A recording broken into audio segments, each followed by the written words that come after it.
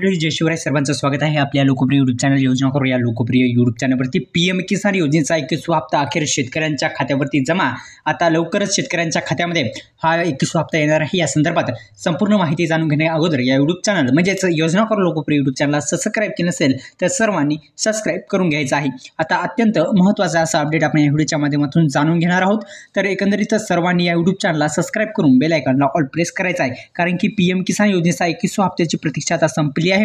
बिहार निवडणुकीच्या दिवशी शेतकऱ्यांना जी आचारसंहिता होती, आता बिहारच्या निवडणुका झालेल्या आहेत आणि आता बिहार निवडणुकीच्या दिवशी शेतकऱ्यांच्या आनंदाची बातमी मिळत असून येता 19 नोव्हेंबर रोजी देशभरातील शेतकऱ्यांसाठी एक आनंदाची बातमी आहे. देशातील शेतकऱ्यांना 21व्या हप्त्याचं वितरण आणि हे पैसे मिळणार आहेत. गेल्या अनेक दिवसापासून देशातील पीएम किसान योजनेचा जो योजनेचे लाभधारी शेतकरी आहेत त्यांच्यासाठी महत्त्वाची आणि एक आनंदाची बातमी आहे. अखेर आता ही जे आपल्याला माहीत होतं की 21व्या हप्त्याचं जे वितरण आहे ते आता 19 तारखेला थेट पद्धतीने होणार आहे. तर एकंदरीत आपण जर पाहिलं तर गेल्या अनेक दिवसापासून देशातील पीएम किसान योजनेचे लाभधारी अत्यंत महत्त्वाचे असे अपडेट आहे, कारण की 21व्या हप्त्याचं वितरण आता थेट पद्धतीने होणार आहे. येत्या 19 नोव्हेंबर रोजी देशातील सर्व शेतकरी बांधवांसाठी आनंदाची बातमी आलेली आहे.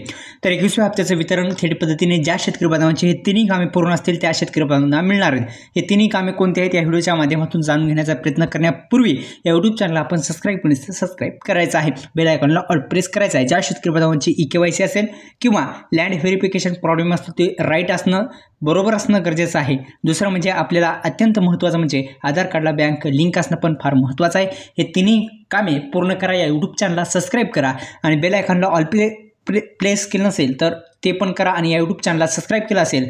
धन्यवाद. जय शिवराय.